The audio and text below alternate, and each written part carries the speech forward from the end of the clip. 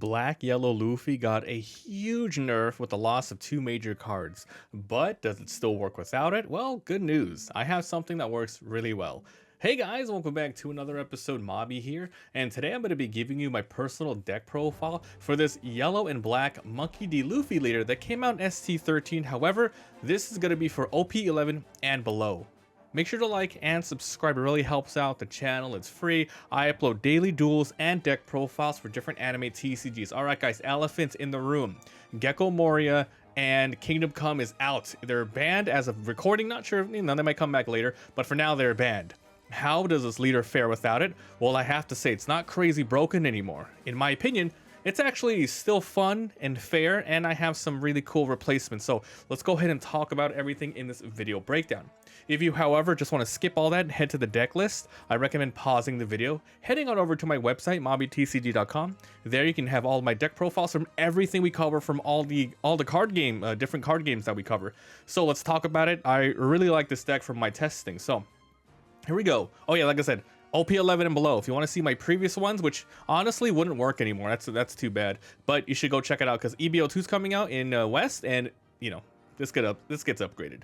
Okay, so ST13, 5000 power, Supernova, and Straw Hat.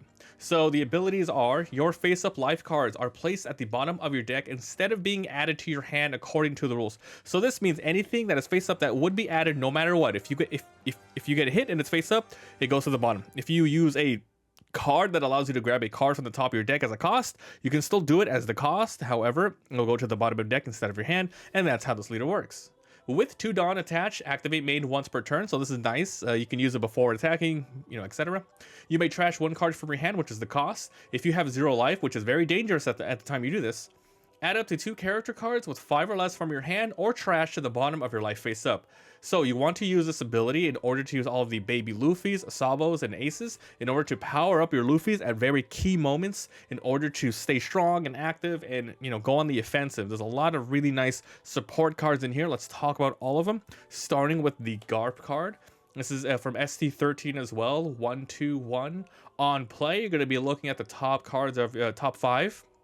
You can grab 1 Sabo, 1 Ace, or 1 Luffy with a 5 or less in this deck. So in this deck, you have all those 3 characters with 5 cost or 2 cost.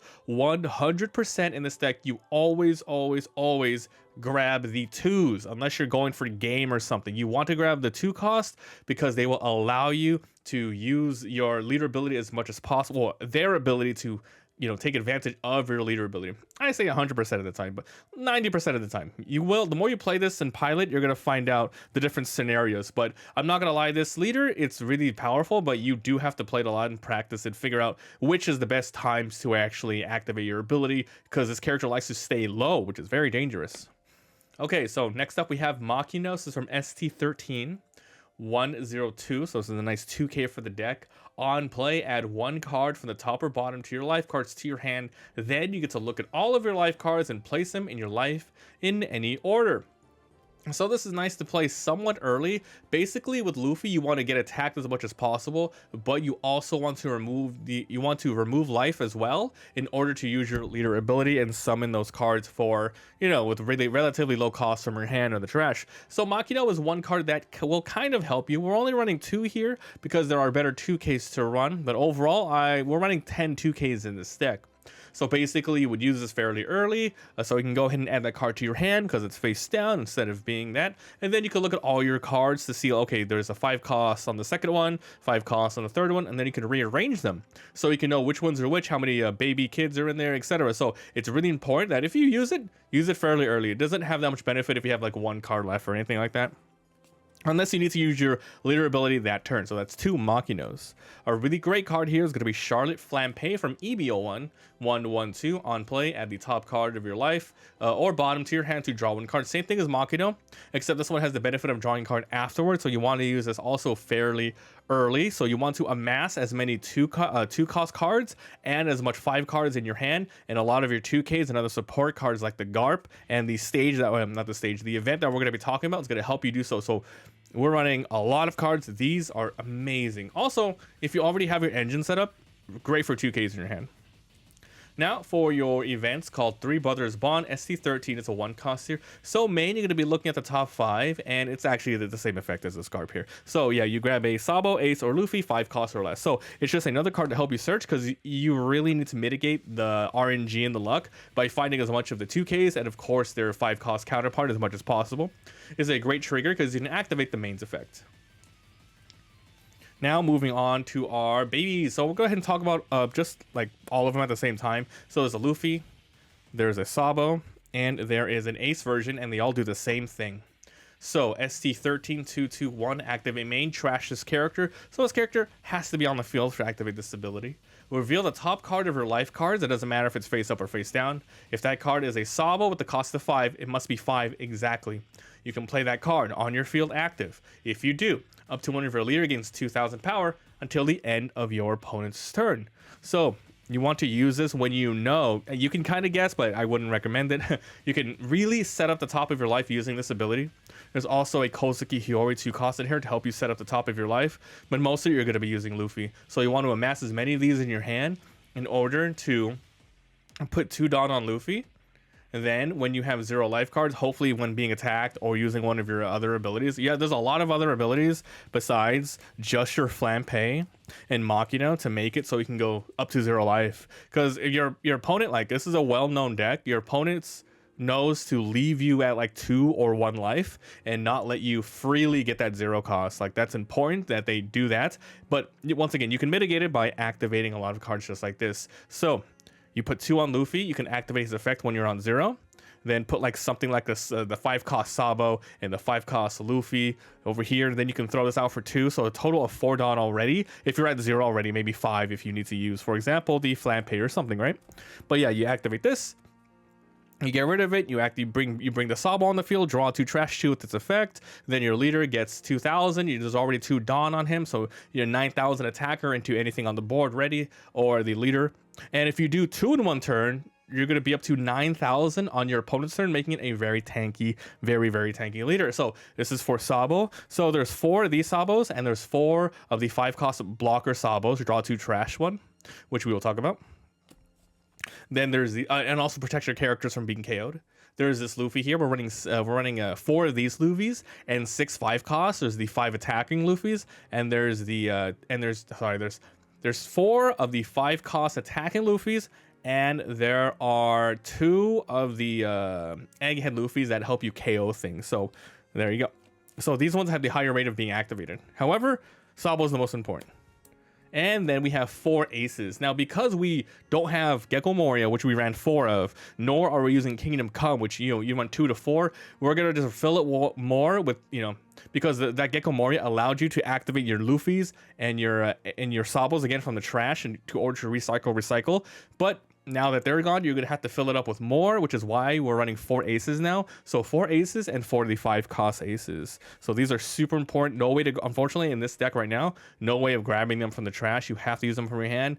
Search, keep. It doesn't matter if you use the Sabos or the Luffys to counter out, because your leader, you either grab it from your hand, which is a no, you don't want to do that. You want to grab them from the trash. This is either or, but better from the trash than from your hand. So you can use your your other cards as counters. So there you go.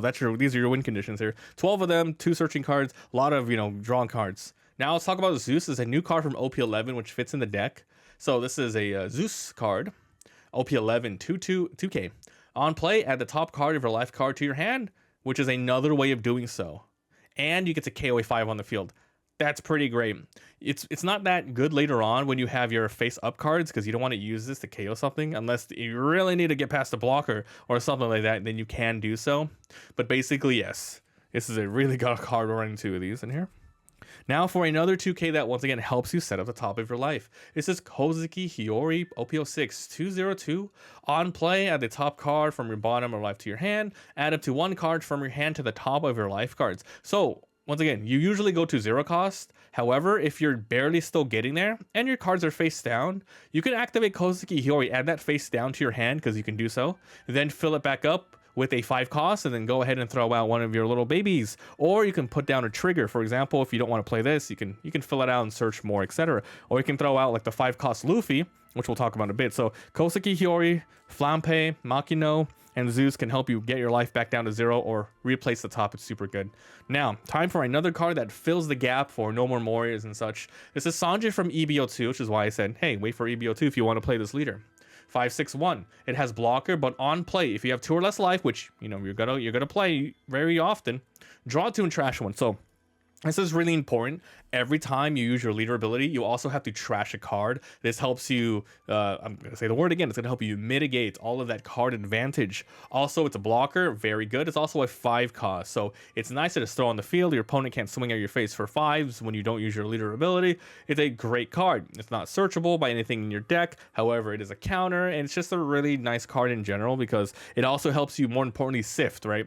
If you draw 2, you get 2 babies. Oh, what do? You can throw away some of your 5 cost Luffy's, Sabos, or Aces because you're just going to be resummoning with your leader. So anything that helps you draw stuff, especially gives you hand advantage, super important. So this Sanji works well in the deck. I recommend running these if you still want to run the deck without the Gecko. His Ace, this is your first of the 5 cost cards that we're going to talk about that can be summoned. So ST13 570 on play. If you have 2 or less life, this character gains Rush. Obviously, a character to help you end the game. Whitebeard Pirates, but it's still searchable by Garp and the event. So here you go. So we have 4 of these and 4 of the babies. Nice card. 7,000. Now we have Luffy. OP11 561. Activate main. Trash this character that has to be on the field to be trashed. If you have 2 or less life, KO this card, then KO a 4 or less on your opponents, then you get to draw 1 card. Best case scenario, you're able to summon it in any way you want. You can at least attack before you can activate the ability. It doesn't say you have to rest it, doesn't say it has to be active. So you can go ahead and attack with it, trash it, and KO something on the opponent's board. I mean, it goes to your trash so you can summon it later with other stuff, and then you draw a card, getting more hand advantage. This is super important because without the Geck Moria in this deck, you want to actually swarm the board even more, and it's nice that we're actually running, you know, more aces in this time, and so we can actually do that, swarm the board. So it doesn't matter that much if you have to trash this character to gain some advantage, board advantage, as well as hand advantage. It's completely fine. So you can KO a nice little 4 cost with that. We're running 2. The other Luffy's, and oh my god, this is one of your win conditions. It's so good. If you can swarm the board with these, you're going to be in a very good position. This is Luffy from ST13 561. Activate main once per turn. This character gains 2,000 power to the start of the next turn.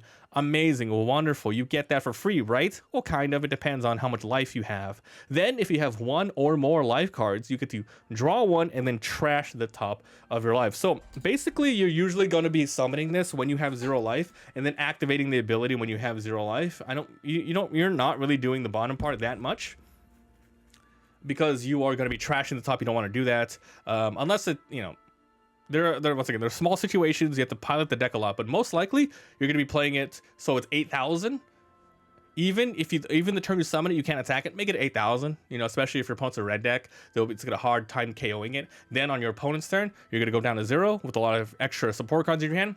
8,000. Put some Dawn on it, maybe attack, go crazy, and then use your leader ability to set up your life and, you know, switch out the babies for the teens, and then boom, you're ready to go for even more amazing defense. So this is a great card. Oh my god, so good. Now Sabo. The deck would not work without this. OP04 561 has an 8 blocker for 6,000. On play, none of your characters can be KO'd by effects till the start of your next turn. Then draw 2 and trash 2. Oh, have I been saying at the beginning, draw 2, trash 1? That's why the Sanji is super important. This gets you hand advantage, while this one allows you to sift through. So, but this one gives you the ability of not being KO'd and stuff. So yes, it's still good for sifting, but overall, yes, you just summon it with the Sabo, right? So really good Dressrosa Revolutionary Army. And that is the deck. Okay, so pros and cons. Without Geck Moria, you can't keep resummoning and resummoning your little guys. I mean, with an 8 cost, you can summon 2 Sabos, for example, 2 of the baby Sabos, and then use your leader ability when you have 10 Dawn total to put it on him. So 10 Dawn on this Luffy turn, what is nuts. However, with the new way that we're running the deck, you want to use it a little less, you want to use the little guys a little less often. You know, instead of every turn going to 9,000, maybe you just want to go to 7,000 a lot of the turns. Unless you see your opponent's getting really aggressive, then go up to 9,000. But primarily, it's a little bit more harder. It's not a broken leader anymore. I say broken. It's like really unfair, you know. Another bad thing is you just don't have that Kingdom Come anymore. That was an extremely powerful card for KOing any opponent on the board. Any card that, you know, allows to be KO'd, and then you would trash your life down to 1. However, you're always at 1 or less. You know, sometimes 2, but you're not going to use it then. But yeah, this deck's still fun, guys. Like, honestly, it's still good. I recommend playing it this way once EB2 comes out, because those Sanjis are super important for the deck. But yeah, otherwise, that's it. Stay tuned. I'm going to be uploading a lot of duels featuring this specific one. Once again, head on over to my website if you want to see everything that we cover. I'm also going to be putting, you know, how to play guides, etc. You know, everything that you need. So yeah, thanks for watching, and I'll see you guys next time. Bye.